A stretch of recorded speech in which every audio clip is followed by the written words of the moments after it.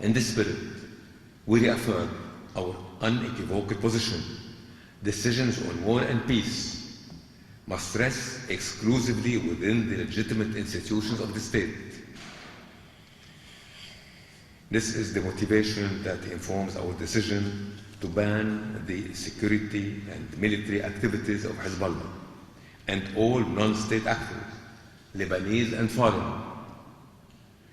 You are all aware that Israel has issued an evacuation order to all residents of the southern suburb of Beirut. I'm sure you have seen how massive is the forced displacement of Lebanese citizens from the south of Lebanon and the southern suburb of Beirut. This situation is grave, and our responsibility is high. The consequences of this displacement at the humanitarian and political level may well be unprecedented. A humanitarian disaster is looming. Our government has relentlessly worked on alleviating the burdens of displacement. We have not spared any effort and will not. But the immensity of the problems we face and the limited means at our disposal call for a more active expression of solidarity, local and international. Those who were forced to leave their homes are not and should not be held responsible for the suffering inflicted on them. They are victims of the Israeli war on Lebanon, but also of those who offered a pretext for the Israeli aggression. The present cycle of violence has proven to be catastrophic for Lebanon and for all Lebanese, irrespective of their community affiliation. A significant part of our population is paying the heaviest price, but the whole of Lebanon is the victim. Our government was primarily motivated by its commitment to ease the suffering of the Lebanese people when it made clear from the outset of this and its work reaffirming that we reject any military action carried out of Lebanon outside of our legitimate institutions. For the sake of all Lebanese, we will continue to affirm the state's sovereignty on its territory and its monopoly of arms. In this vein, our government has also expressed its willingness to resume negotiations. Today, we appeal to you, friends of Lebanon, to support us in this endeavor and in demanding loud and clear that Israel ends military attacks on the population's displacement, and it's equally crucial that the infrastructures of Lebanon be spared.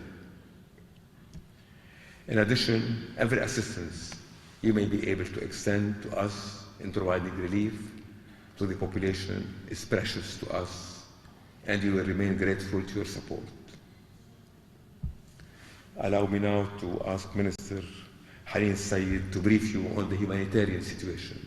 Thank you. Thank you, Excellency, and good morning.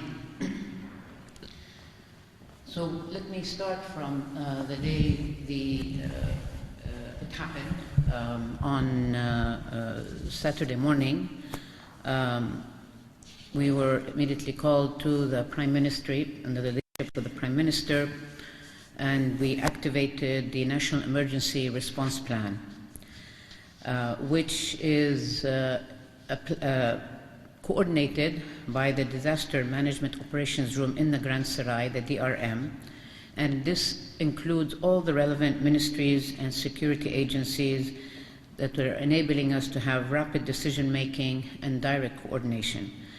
And we declared level 3 red alert on that day, which means that all government entities are in a state of deployment or potential deployment as needed, and teams are in place. The structure includes, as I mentioned, all relevant ministries, but not just at the central level, very importantly also at the governorate level and municipality level. So at each governorate, there are the similar entities represented, namely Ministry of Social Affairs, Education, Ministry of Health, Security, of course, Ministry of Defense, Lebanese Red Cross, and other entities that are needed. In addition, of course, we called upon our UN partners, of which many of you, of course, are supporting, to be with us, and this room is very active and operational in the basement level of the Sarai. If I can give you quickly some numbers on where things are as of today from the dashboard, we have now activated 469 shelters. Most of them are public schools, and almost 90% of them are public schools or from university, Lebanese university branches, but there are a few other private ones. As you know from the last war, of which we have many lessons learned, we had thought we could try to avoid using schools as a shelter, but unfortunately Lebanon is not prepped with underground bunkers or what have you, and we have had to resort to using the schools again, but we hope that there will be a minimum impact. Most of the schools have gone online now. So in these 469 shelters, we currently have registered 100,000 displaced. So now everybody's asking about what is the total number of displacement. We hope that by the end of today we will have a figure on the total number. But if we go by the previous war in 2024, those that were in shelters represented approximately 20% of total displacement. But I'm not quoting this figure yet until we have a better understanding and a better estimate. But essentially today in shelters we have 100,000 individuals, which is about 22,000 families. Many, of course, we know are outside, and then yesterday after the warning, the Israeli warning on Dahye, you've seen them around the city, and yet we are trying to accommodate them. Last night we took a decision to also open the city sportive in Beirut, which can accommodate thousands, and we're looking for other public spaces that we can prepare very quickly. The key thing has been getting distribution of mattresses, blankets, basic needs, of which there is great need. The High Relief Council had a stock of mattresses and blankets and even basic food. Already all of that has been distributed. Just to give you an example, there were 20,000 mattresses in High Relief Council. All of those are out. Per the UN system, we are told there's around 74,000 mattresses, and we will need to use them all, but all of this will not be enough. If we get to a level of maybe 400,000 might be in shelters. So this is part of the appeal that we will be coming out with very soon. I do want to stress that our shelters are inclusive. First, for people with disabilities, we have equipped as many as possible, and we're also working with organizations that can accommodate people with disabilities. Also for non-Lebanese, there has been also some areas that have been designated where Syrian or Palestinian refugees can be accommodated. As mentioned, in terms of needs, we have already put together a list which includes medical assistance, food supplies, as I mentioned, mattresses, blankets, and the like. We've already shared it with some of our Arab neighbors. An air bridge will be launched probably by today from a few neighboring countries. And we are in the process now of preparing with the UN flash appeal, which will, as soon as possible, so that we can convene donor community around this flash appeal, hopefully by next week.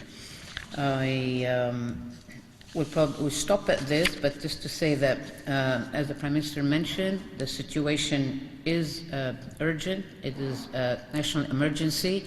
We have seen very good cooperation by and large from all the host communities, but we also know that we're still coming out from a previous war and that everybody is stretched. We have launched this morning cash assistance to 50,000 families supported by World Food Program, which much of its funding comes from you, and we will be going in that direction further to provide cash assistance, because I think this is one of the fastest way to help people. There is a registration link also that is being launched so that everybody who is displaced can register, and we can use that.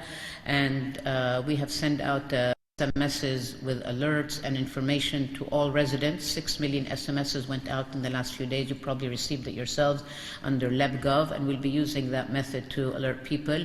There is also a WhatsApp channel that has been launched that has all the information and phone numbers, especially at the governor level, so that citizens can immediately reach out. And this is really a collective effort. Every ministry is involved and helping, and it's a national emergency, and we are all prepared, but we will absolutely be in need for support from the international community as the days come. Thank you. Okay, thank you, Janine. Well, again, welcome all. The floor is yours.